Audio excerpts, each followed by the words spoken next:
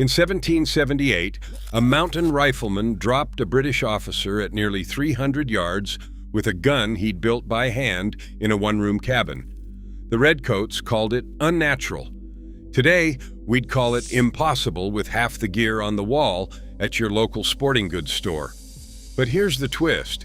The people who settled the Appalachian Mountains had no supply chain, no factory, no catalog. They had hickory, river cane, a little iron, and more ingenuity than any modern prepper alive. Number 8 could feed a family of 6 on a single lead ball. And number 2 terrified entire armies into changing how they fought.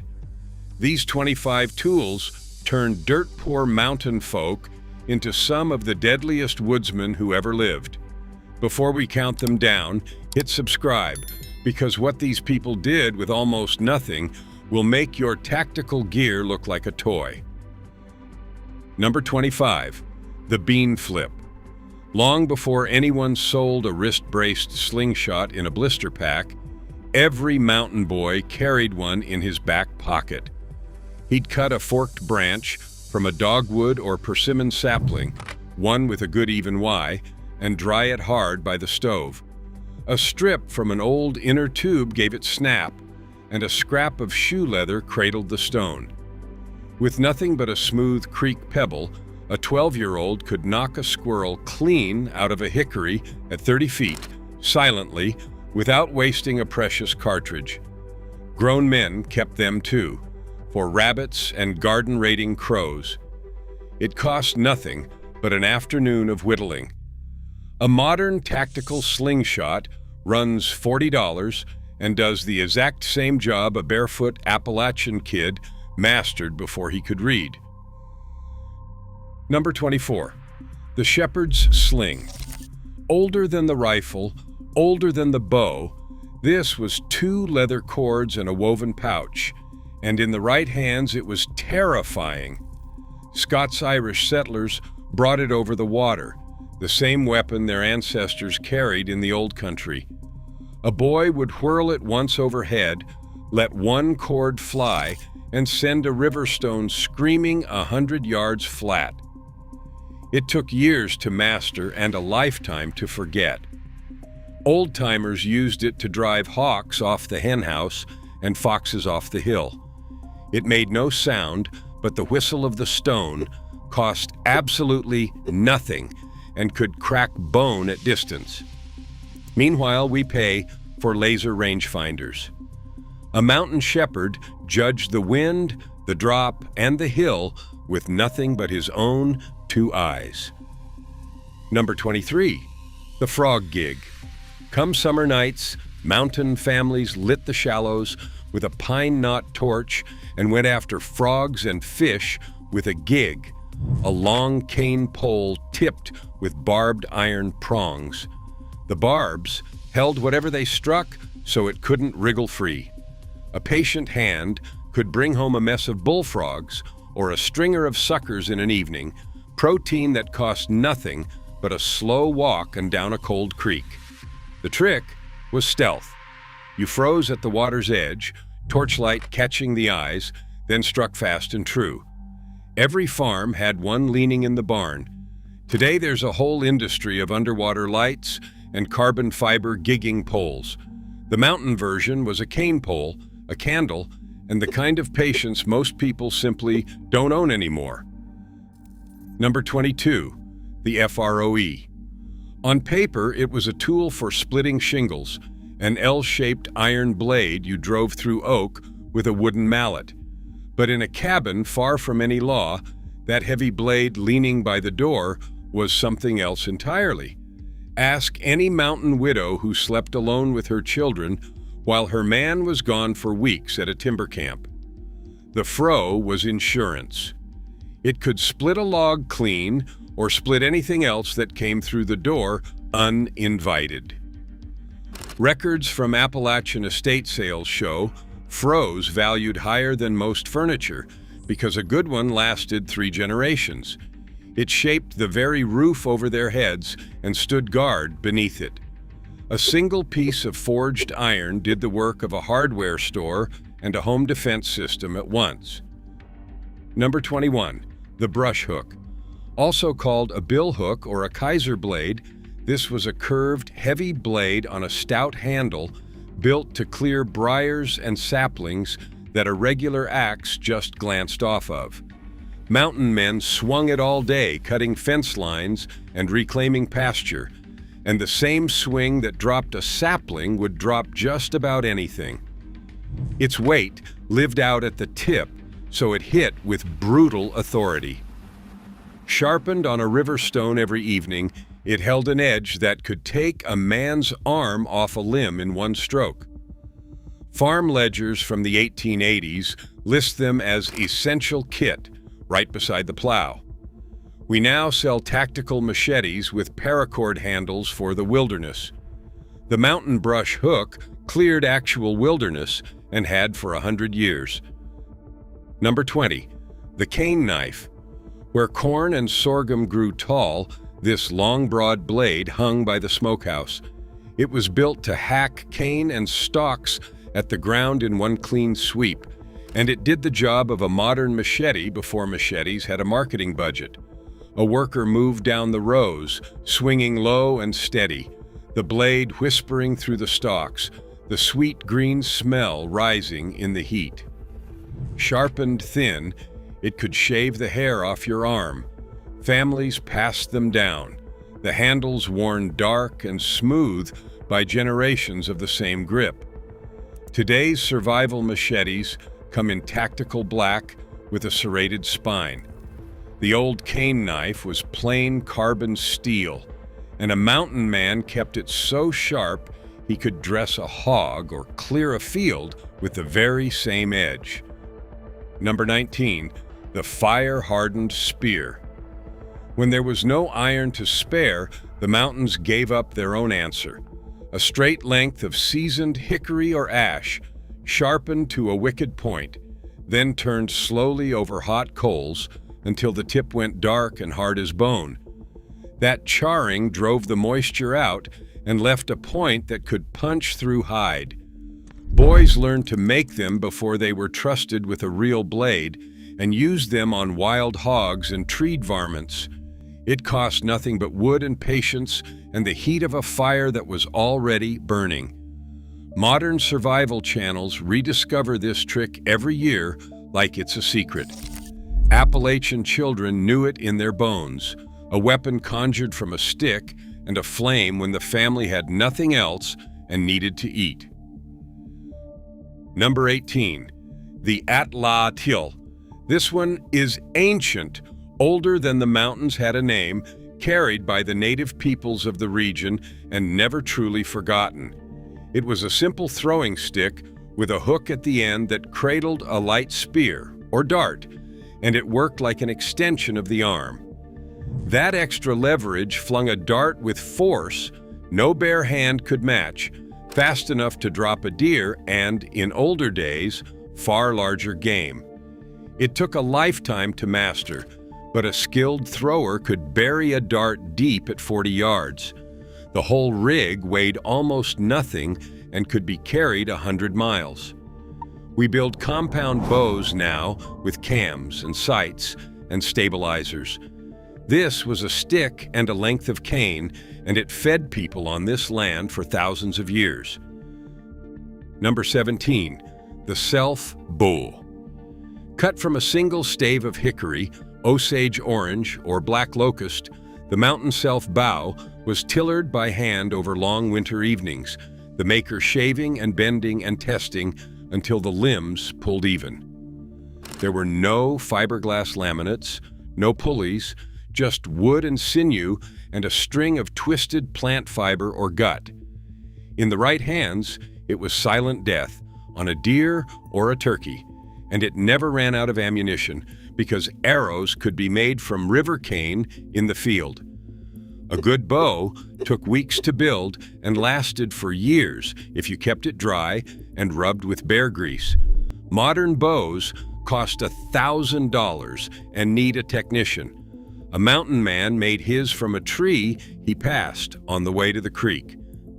Number 16, the Cherokee blowgun. Perhaps the quietest killer on this list, the river cane blowgun was a long, straight tube, sometimes 7 or 8 feet, bored smooth on the inside and cured for months until it was arrow straight.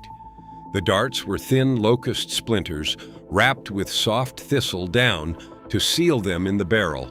One sharp breath and the dart flew, silent as a whisper, deadly accurate on small game at 30 feet. Cherokee hunters used it for squirrels and birds precisely because it made no sound to spook the next target, so a patient man could clear a whole tree. Children learned on shorter versions before they were grown. There is no modern equivalent that a family could build for free from a creek bank. It was silence itself, turned into a hunting tool by people who understood the woods completely. Number 15, the deadfall trap. A hunter can't be everywhere at once, so the mountains taught patience through the trap. The deadfall was a heavy, flat rock or a section of log balanced on a trigger of carefully notched sticks, set on a game trail and baited. When the animal nudged the bait, the whole weight dropped and did the work while the hunter was miles away tending something else. A line of them worked a whole hollow at once. It cost nothing, made no sound, and never grew tired. Old trappers could set a figure-4 trigger blindfolded, feeling for the exact balance point. We sell battery-powered game cameras and elaborate live traps now. The mountain trapper multiplied himself across the ridge with nothing but rocks and sticks and a knowledge of where the animals walked at night. Number 14, the snare. Thinner and even simpler than the deadfall, a snare was a loop of wire or twisted cord set in a run where rabbits and groundhogs pushed through the brush. The animal ran into the loop, and its own momentum drew it tight. A boy could set a dozen along a fence line before school and check them after, coming home with supper more often than not. When wire came to the mountains, it was prized for exactly this, and a single spool set traps for a whole season. It required reading the land, knowing where the creatures traveled and how high to hang the loop. The whole art was invisible. A store-bought trap today comes shrink-wrapped with instructions. The snare was a length of wire and everything a mountain child had already learned about the animals sharing their woods. Number 13, the steel bear trap. When something big was killing the hogs or the calves, the mountain answer was a jawed steel trap heavy enough to hold a black bear. It took 2 hands and a strong back just to set the springs, and a chain anchored it to a log so a caught animal dragged it no farther than a few painful yards. Blacksmiths forged them to order, and a good one was worth more than a mule. Set in a cubby of brush along the creek and hidden under leaves, it waited without complaint through rain and snow. These were serious, dangerous things, respected and handled with care. Today's predator control means an app and a subscription. The mountain farmer had a single brutal tool of forged iron that could stop a 500-pound bear cold and protect a year's worth of livestock. Number 12, caltrops. Old-timers called them crow's feet, 4 iron spikes twisted so that however they landed, one point stood straight up. Scattered across a trail or a gap in the fence, they stopped a horse, a hog, or a barefoot intruder in the dark. Mountain families guarding a still or a homestead knew exactly where they'd flung them and walked wide around. They cost a handful of nails and an hour at the forge, and they never slept, never tired, and never gave themselves away until it was too late. The idea is ancient, carried into the hills, and put to use by people with more land than they could ever watch. Modern security is cameras and floodlights. The mountain version was a fistful of twisted iron that turned the very ground into a warning nobody could see coming. Number 11. The War Club. Before iron was common, the mountains ran on wood and stone, and the club was the oldest answer of all. Native craftsmen shaped hardwood into ball-headed clubs, sometimes set with a sharp stone, balanced so the weight sat out at the head where it did the most damage. Settlers borrowed the idea for a skull cracker kept by the bed. It needed no repair, no ammunition, and no maintenance beyond keeping it dry. A single blow settled most arguments. There is something honest about it, a weapon anyone could make in an afternoon that asked nothing of a supply line. We sell polymer batons with rubber grips now. The mountain club was a shaped length of dense hardwood, older than gunpowder, and every bit as effective in the dark of a cabin as the day it was first swung. Number 10. The bullwhip. Not just a cowboy's tool, the whip cracked across mountain farms wherever there were oxen and mule teams to drive. That crack, sharper than a rifle shot, is the tip breaking the sound barrier, and a skilled hand could pop it an inch from an animal's ear without ever touching hide. But the same whip in the same hand could open a snake's head, strip a copperhead off a fence rail, or keep a stray dog well back. Braided from strips of leather over a weighted core, it took real skill to wield and years to learn. Drovers were proud of their whips and their aim. We buy tactical pepper spray for a threatening dog. A mountain teamster could crack a whip and drop a snake at 10 feet, having learned the same motion-driving oxen since he was a boy. Number 9. The belt hatchet. Smaller than a felling axe and carried at the hip, the belt hatchet was the single most useful piece of iron a mountain man owned. It split kindling, notched logs, dressed game, drove stakes, and hammered nails, and in a bad moment it did far more than that. Balanced for one hand, it could be thrown or swung with equal speed. A woodsman kept it razor sharp and knew its weight like his own fist. Frontier accounts describe men who would not cross the yard without it. Today, the outdoor market sells tactical tomahawks in black steel with tactical price tags to match. The mountain hatchet was plain, worn, and endlessly capable. The one tool a man grabbed first when he heard something moving in the dark and the rifle was across the room. Number 8. The squirrel rifle. By the mid-1800s, the flintlock had given way to the percussion cap, and the mountains produced a rifle so precise it became legend, the small-bore hog rifle or squirrel gun. It fired a ball no bigger than a pea, which meant a man could carry ammunition for a whole season in one pouch and feed his family, shot after careful shot. Mountain marksmen prided themselves on barking a squirrel, hitting the bark beside its head so the concussion dropped it without spoiling an ounce of meat. That's not a story, that's economy. Lead was precious, and a small ball wasted none of it. Every rifle was built by hand for one owner. We buy optics that cost more than a car. A mountain boy learned to hit a squirrel's eye at 60 yards with iron sights and a homemade gun. Number 7. The hog sticker. Every hollow had its butchering knife, a long, heavy, single-edged blade the family called a hog sticker, and it was the workhorse of survival itself. Come the first hard frost, it slaughtered and dressed the hogs that would feed everyone through winter, the single most important event of the mountain year.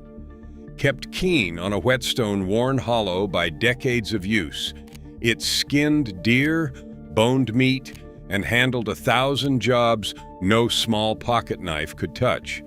A man's knife was so personal, it was often buried with him. In a pinch, it was a formidable weapon, long and sharp and always within reach. Today's tactical knives come with serrations and thumb stubs and glass breakers. The Mountain Hog sticker was plain carbon steel that had kept a family alive through more winters than anyone could count. Number 6, the Bowie knife. Somewhere between a knife and a short sword, the Bowie became the badge of the frontier South, and the mountains embraced it completely. A long, clipped-point blade heavy enough to chop and fine enough to skin, it was the do-everything blade a man wore when he walked out of the settlements and into the wild. Its cousin, the slim Arkansas toothpick, was built purely for reach and speed. Blacksmiths across Appalachia forged their own versions, each one a little different, each one a source of enormous pride. A good Bowie could split kindling, dress a bear, and settle a dispute. We now sell combat knives with tactical coatings and molded sheaths. The Bowie did every one of those jobs a century and a half ago, forged by a mountain smith from a worn-out file and a hot fire. Number 5, the flintlock pistol. Not every threat came at rifle distance. For close work, in the cabin on the trail at the horse's flank, a mountain man carried a flintlock pistol, short-barreled and quick to bring up. It threw a heavy ball across a room with authority, and being a single shot, it demanded a cool head and a steady hand. Men learned to make that one shot count. Kept loaded and primed by the door or tucked in a belt on a long ride, it was the answer to trouble that arrived too fast for the long gun. Records show them handed down as treasured possessions, often the finest object a poor family owned. Today we carry polymer pistols with 15 rounds. A mountain man staked his life on a single lead ball and the nerve to hold his fire until it mattered. Number 4, the double bit axe. 2 edges, one on each side of the head, and the whole shape of Appalachia was carved by it. The double bit let a man keep one edge razor sharp for limbing and clean cuts, and one edge tougher for grubbing roots and hitting knots, so he never had to stop and hone in the middle of felling a tree.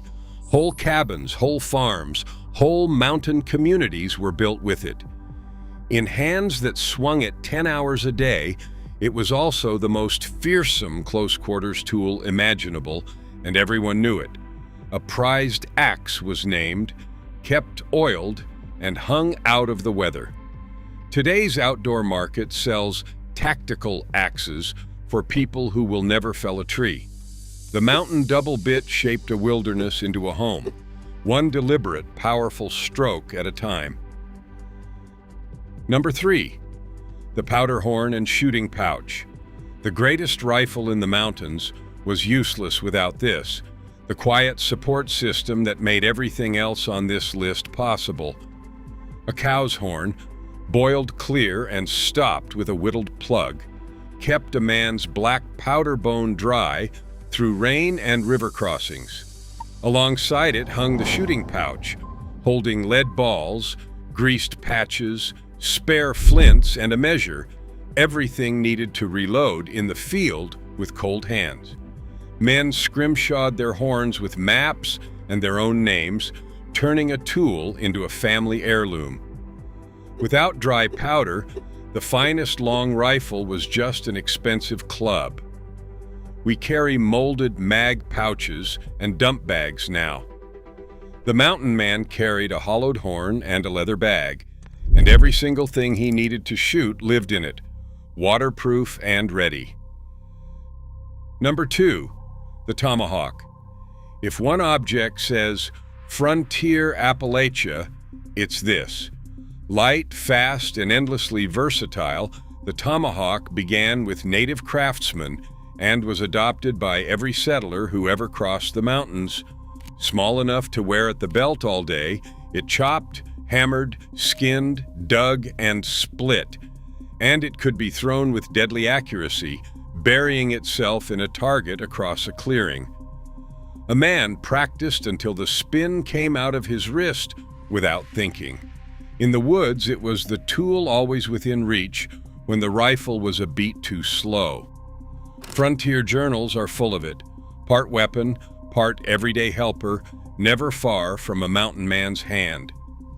Today's tactical hawks are all black steel and marketing. The original was a plain iron head on a hickory haft, and it did more real work than any tool in the modern catalog. Number 1, the Kentucky Long Rifle. Nothing else even comes close.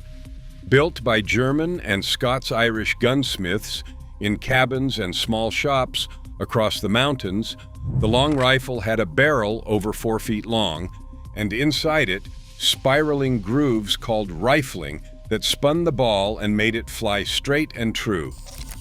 That single innovation gave the mountain rifleman range and accuracy that smoothbore soldiers could only dream of. A skilled shooter could hit a man-sized target at 250 yards when a British musket was a coin flip at 80.